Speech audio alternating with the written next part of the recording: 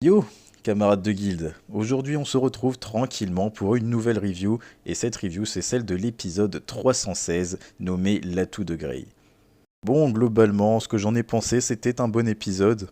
On a vu un peu de tout, un peu n'importe quoi aussi, et on va le voir tout de suite. Ça commence assez fort parce que, je vais aller droit au but. Makarov qui a utilisé Ferrilo était figé comme une statue, mais là, soit ses bras ont totalement ramolli, soit il y a un problème. Mais bon, au pire.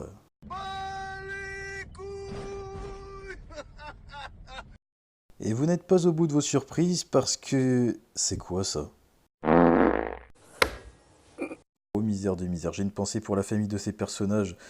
Qu'on leur fasse une tête. S'ils sont au premier plan, qu'on leur fasse une tête. Bien, la bêtise ne s'arrête pas là. Bon, ce combat va pas durer très longtemps. On en a quand même assez l'habitude pour l'instant. Son pouvoir d'invisibilité, c'est stylé, mais bon, c'est déjà vu. Puis en plus, en une patate, il va se prendre une pêche de la part de Mira Jane, ça va l'endormir et on aura fini avec ce combat. Alors oui, Mira Jane est assez puissante pour terrasser ce mec, ça j'en doute pas une seule seconde. Mais mettez-nous un peu de suspense, merde. Faites ça pour nous au moins. Eh, mais vous pensiez que c'était fini? Nenni, pas du tout. Ça continue. Agile va se faire rétamer par qui? Elfman et Lysana. Bon, là, stop. Ah! Et pourtant, je vous jure que c'est pas drôle, arrête de rigoler, frérot. Je vais pas vous mentir, Lysana m'a achevé avec cette phrase, puisque Natsu, Grey, Erza, toute la clique s'y est mis pour essayer de le battre la première fois, quand eux deux y arrivent comme ça. Et te disent quand même que c'est l'enfer. Je vous ai pas menti, j'ai quand même trouvé cet épisode plutôt bon, et ça a commencé avec cette petite rencontre à nouveau d'une Di Maria, oui Di Maria, complètement folle de peur devant Natsu, qui ne se souvient plus de rien, mais qui avait vu Lucy inerte à terre, et il avait donc pété un câble, tout à fait logique. Et on retrouve une Brandish qui ne sera ni l'allié ni l'ennemi, et qui depuis le début ne met pas vraiment l'idée de cette guerre, et on retrouve une Lucy fidèle à elle-même, je suis sûr qu'on se reverra. Lucy qui s'est quand même attachée depuis le début avec l'histoire de leurs deux mamans, à cette Brandish. Ce petit sourire sera peut-être le dernier de cette séquence puisque Natsu vient de le comprendre, une nouvelle menace plane sur Magnolia et cette menace c'est Auguste, le roi des mages, dit le fléau, Auguste au sommet de la cathédrale.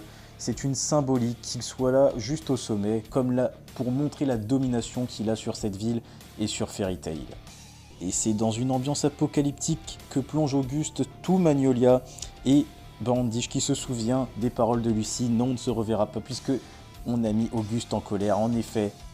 Et pour l'instant c'est une guerre qui tourne au ridicule avec des Spriggan 12 totalement surestimés ou alors une animation qui laisse à désirer, volontaire ou non. Il n'y a qu'une personne pour sauver tout cela, c'est Guildars qui fait son apparition. Et je l'attendais. Guildars qui vient affronter en face à face le fléau Auguste des Spriggan 12. Et ce combat, mine de rien, je l'attends de pied ferme, l'animation doit faire un gros boulot parce que le temps qu'on a attendu Guildars face à un adversaire tel qu'Auguste, on ne doit pas louper ça. Ça laisse le champ libre donc à Natsu de pouvoir aller chercher Grey qu'on a perdu depuis que tout le monde s'est retrouvé. Le seul à ne pas être là, c'est Grey. Natsu sait où est Grey et part à sa recherche et Natsu va avoir raison puisque Grey est bien auprès de Zélef. Je vais pas vous mentir, j'ai beaucoup apprécié le fait que ces deux personnages se rencontrent, deux personnages assez charismatiques comme Zélef et Grey. Un petit dialogue que j'ai beaucoup aimé à la Grey tout simplement, arrogant avec le sourire, qui va demander à Zélef de dégager car il est à sa place. Le premier round va être lancé, les hostilités sont lancées.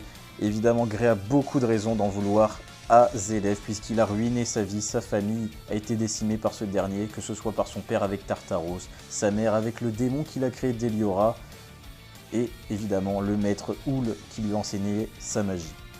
Et nous ne sommes pas sans savoir que Grey est au courant que Natsu, la salamandre, et Tetherius Natsu Dragnir, le démon le plus puissant de Zélef, des livres de Zélef, va quand même lui demander la question habituelle, quel est votre objectif? Ce sont les plus forts, il est immortel, c'est vrai Zélef, il veut juste acquérir la magie de Mavis, rien de plus apparemment, il ne nous en dit pas plus, vous protégez Mavis, et on voit juste là que pour Zélef il ne s'agit presque que d'un jeu, puisque d'un air très sournois et arrogant va lui demander « Qu'est-ce qu'il te faut de plus? Vous sauvez Mavis, et moi, je veux juste acquérir sa magie. » Ce que j'aime beaucoup avec lui, c'est son côté un peu mystérieux, son côté un peu nonchalant, je m'en bats les couilles un peu, on peut le dire. C'est comme s'il cherchait juste à se divertir en essayant de trouver des bonnes manigances, des bons objectifs. Faut quand même rappeler que Zélef a plus de 400 ans et des choses il en a vu dans la vie, donc maintenant, on dirait que tout n'est que jeu pour lui. La vie ou la mort, plus rien n'est important. Parce que pour l'instant, Zélef devance toujours tout le monde depuis le début. Il est sur une table d'échecs qu'il arrive à manier à la perfection, et pour l'instant, personne ne peut la perturber. Et j'aime beaucoup cette petite phrase qui n'est pas anodine pour moi, puisqu'on lit souvent Gray un peu à l'ennemi, comme là, ça t'incite à collaborer avec moi. On a souvent vu Gray entre deux parties, même si dans la suite de la review, on verra que Gray sait faire la part des choses pour de bon cette fois-ci. Et on va laisser cette petite scène en suspens pour retrouver Gildarts et Auguste qui vont s'affronter pour le premier round. Nous n'en aurons qu'une très fine partie, évidemment. Gildarts va user de sa magie de dislocation que j'apprécie énormément, mais qui ne va pas avoir spécialement d'effet, en tout cas pour l'instant, sur le fléau dit Auguste, qui, évidemment, le roi des mages connaît toutes les magies et peut s'accaparer celle de Gildarts, apparemment qu'il connaît plutôt bien, vu qu'il arrive à se reconstituer assez facilement. Ce qui m'a un peu moins plu, c'est pas forcément que Gildarts a été mis en difficulté, mais qu'il ne contrôle pas comme Auguste contrôle évidemment ce combat, même s'il faut de l'adversité, ça c'est certain. À voir la suite de ce combat qui promet énormément, et en tout cas je l'espère. Et si on imaginait un peu la fin, juste pour voir de ce combat, ça nous donnerait peut-être un vainqueur, Auguste ou Gildarts. Imaginons que ce soit Gildarts, il peut y avoir aussi une séparation, quelque chose, mais je vois quand même mal Gildarts finalement gagner si j'imagine que Auguste est le dernier des plus forts des 12, ça laisserait un froid pour la suite de l'animé. Donc, à moins que, je n'en sais rien, mais voilà ce que j'en pense actuellement. Aileen étant vaincue, les autres ne sont peut-être pas à la hauteur, en tout cas c'est ce qu'on voit pour l'instant. On voit une Kana qui arrive pour, entre guillemets, aider son père, et ça je ne sais pas si c'était une bonne idée puisque Auguste a compris que Kana est bien la fille de Gildarts, on peut imaginer déjà la suite des événements. Et là il s'est passé quelque chose dans le discours entre Gray et Zélef. Il y a eu comme une séquence off, comme s'ils avaient continué de parler pendant que nous on était en train d'assister à une autre séquence. Évidemment, ce genre de séquence, pour l'instant, on n'en saura rien, on n'en saura que prochainement, et par les actes de Gray qui seront sûrement incompréhensibles à l'instant T, à un certain moment, mais qui auront du sens que lorsqu'il dévoilera les explications de cette discussion entre Zélef et lui-même. Et ça, c'est à suivre avec beaucoup d'attention prochainement. Ce que dévoilera Zélef aussi, qui a changé totalement de regard, et j'ai beaucoup aimé ce changement un peu d'ambiance, parce que là on va assister à la dernière séquence de cet épisode, puisque l'un et l'autre ont juré qu'à l'arrivée de Natsu à la guilde, l'un d'eux ne sera plus là, et sera donc forcément mort.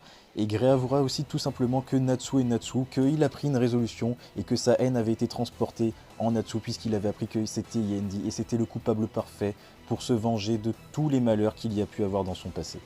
Je ne sais pas si vous l'avez vu venir, mais le seul moyen de vaincre Zélef, ce n'est pas forcément de le tuer puisqu'il est immortel, mais peut-être bien de l'enfermer à travers quelque chose, et pourquoi pas à travers la glace absolue. C'est ce que va tenter de faire Gray pour le prochain épisode et qu'il nous a teasé en cette fin d'épisode 316. Je trouve cette technique vraiment très stylée, mais elle a été contrée à chaque fois qu'on l'a vue, sauf par Hool évidemment. Et même si à chaque fois cela a échoué, que Natsu avait juré à Gray de ne pas recommencer ce sort, c'est bien ce qu'il va tenter de refaire. Sa vie a été sauvée de nombreuses fois, et c'est maintenant qu'il doit tout faire pour protéger ses compagnons. Gray va exécuter la glace absolue de disparition. Et vous l'avez vu, la glace absolue devient la glace absolue de disparition. Hool l'avait utilisée et pourtant tout le monde se souvient d'Hool. Alors qu'est-ce que Gray a mis dans cette attaque, dans ce sort, pour que maintenant il puisse disparaître à jamais des mémoires?